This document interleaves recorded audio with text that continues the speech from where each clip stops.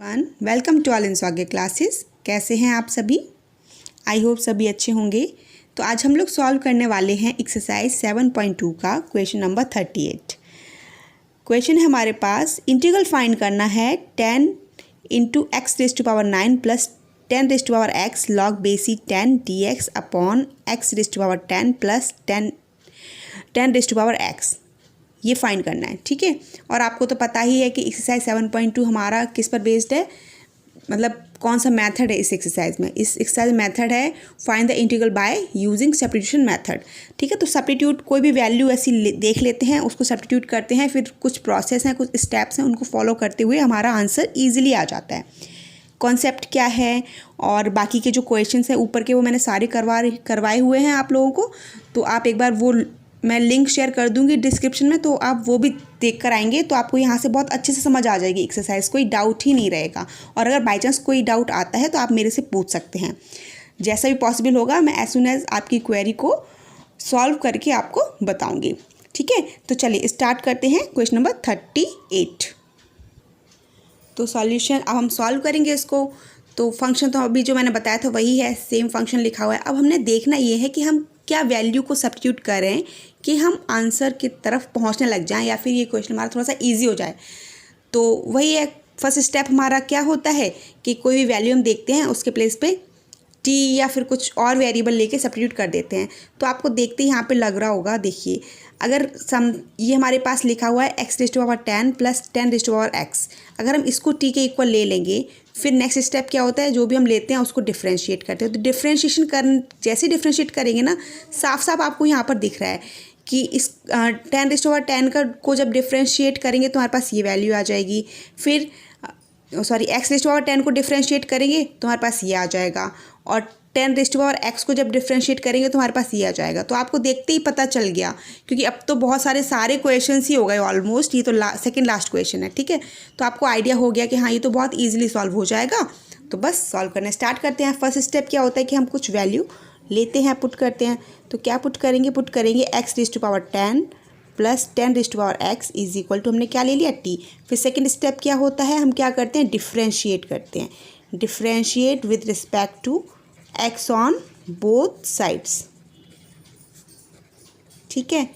Both sides हम differentiate करेंगे तो इसका डिफ्रेंशिएशन क्या हो जाएगा हमारे पास, d upon d x x raise to power 10 plus d upon d x 10 raise to power x is equal to d t upon d x, क्योंकि यहाँ टी का डिफ्रेंशिएशन हो रहा है ना, ठीक है, वो लिख दिया। अब आपको पता ही है हमारे डिफ्रेंशिएशन का जनरल फॉर्मूला क्या होता है।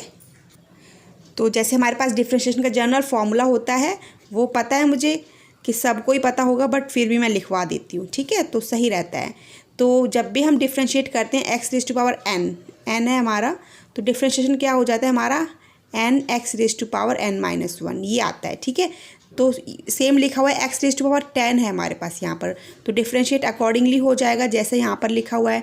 तो इसका डिफ्रेंशिएशन क्या हो जाएगा, 10 तो आ जाएगा यहाँ फ्रंट में, x raise to power 10 minus 1, 10 minus 1 क्या हो जाएगा, 9 हो जाएगा, प्लस फिर ये वाला, ये जो हमारे पास है d upon d x, a raise to power x का डिफ्रेंशिएशन क्या होता था, इसका डिफ्रेंशिएशन होता था a raise to power x log base e a, यही होता था, ठीक है। अब हमारे पास ए के प्लेस पे 10 गिवन है और एक्स के प्लेस पे एक्स ही गिवन है, formula as it is use हो जाएगा, ठीक है। सॉरी फॉर्मूला दिख नहीं रहा था आपको, कोई बात नहीं।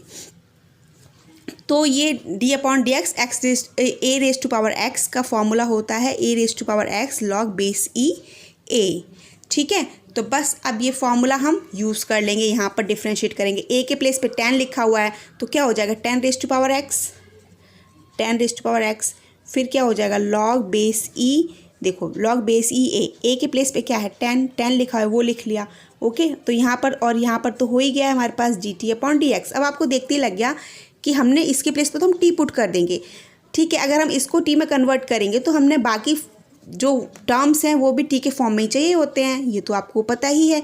तो फिर हमें देखते ही लग गया कि ये देखिए यहाँ पर क्या है, सेम फंक्शन मिल गया हमको। देखिए 10 raise to power 10 into x raise to power 9 plus 10 raise to power x log base e 10, और डी एक्स को अगर हम इधर ले आएंगे तो पूरा ये टर्म हमको मिल गया सीधा सीधा, ठीक है। तो इसके प्लेस पे हम क्या पुट कर देंगे, डी टी पुट कर देंगे। देखिए डी एक्स को मैं इस साइड लेकर आऊँगी तो ये हो जाएगा 10 into x raise to power 9 plus 10 raise to power x log base e 10 d x, इसको ब्रैकेट में लिख लेते हैं, is equal to d t. Okay, तो इस पूरे टर्म के प्लेस पे डी टी पुट करेंगे और इसको तो हमने टी लिया ही था, ये देखिए इसको हमने टी लिया ही है तो इसके प्लेस पे हम टी पुट करेंगे और ये वाला टर्म इसके प्लेस पे हम डी टी पुट करेंगे। बस हमारा सॉल्व हो जाएगा बहुत ईजीली। ठीक है, तो करते हैं। फिर नाउ क्या होता है, या नाउ बोलें फिर देयरफॉर बोलें, अब जो क्वेश्चन है हमारा हम वो लिख लेते हैं 10 x raise to power 9 plus 10 raise to power x log base e 10 upon x raise to power 10 plus 10 raise to power x d x is equal to, ये जो क्वेश्चन है वो तो लिखते ही हैं, ठीक है, क्योंकि उसके इक्वल टू में ही तो सॉल्व कर रहे हैं। तो अब इसके प्लेस पे हमने क्या पुट करना है, डी टी पुट कर दिया। ठीक है, और इसके प्लेस पे तो हमने लिया ही हुआ है टी, वो पुट कर दिया। और अब आपको पता है कि आपका इंटीग्रल, आपको पता है कि इंटीग्रल ऑफ 1/x dx क्या होता है, ये होता है हमारा log बेस ई एक्स, यही तो होता है। ठीक है, प्लस आर्बिट्री कांस्टेंट सी, जगह नहीं है यहाँ पर तो कोई नहीं, प्लस आर्बिट्री कांस्टेंट सी, तो बस वही आ गया। अब इसमें कन्फ्यूज़न नहीं होना, इसमें कन्फ्यूज़ नहीं होना कि ये 1/x dx है, यहाँ तो 1/t dt है, तो कोई बात नहीं, हमारे पास फंक्शन तो सेम ही है, यहाँ x है तो dx है, यहाँ t है तो dt है, सिंपल फॉर्मूला सेम अप्लाई हो जाएगा। तो क्या आ जाएगा हमारे पास, log बेस e t आ गया प्लस आर्बिट्री कांस्टेंट c आ गया।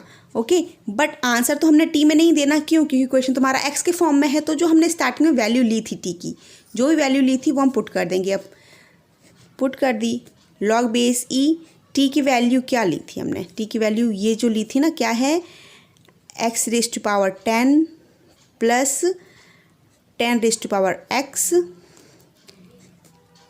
Arbitrary constant c। तो ये जो हमें फंक्शन गिवन था इसको हमने इंटीग्रेट कर लिया और हमारे पास ये आंसर आ गया, दिस इज़ द आंसर। ठीक है, आई होप आपको समझ आ गया होगा अच्छे से।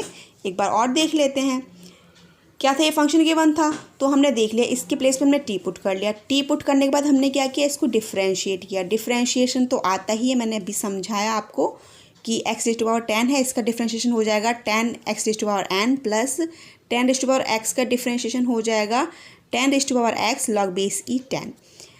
t का differentiation dt upon d x, but हमने तो इस टर्म की वैल्यू चाहिए थी तो हम dx को इस साइड लेकर आ गए और हमने dt की वैल्यू फाइंड कर ली। ओके, फिर हमने ये क्वेश्चन है, इसके प्लेस पे जो भी था इसके प्लेस पे dt आ गया तो हमने dt पुट कर लिया, इसके प्लेस पे तो हमने t लिया था वो पुट किया, इंटीग्रेट किया, इंटीग्रेट का फॉर्मूला जर्नल सा था वो लिया और लॉग बेस ई पुट कर दिया और ये हमारे पास आंसर आ गया। ये क्या हो गया, log t प्लस सी। ओके, और यहाँ से आ गया log बेस ई, और ये हमारे पास ऑप्शन नंबर कौन सा सही हो जाएगा, ऑप्शन नंबर देखते हैं। ऑप्शन नंबर है हमारे पास, किससे मैच हो रहा है ये,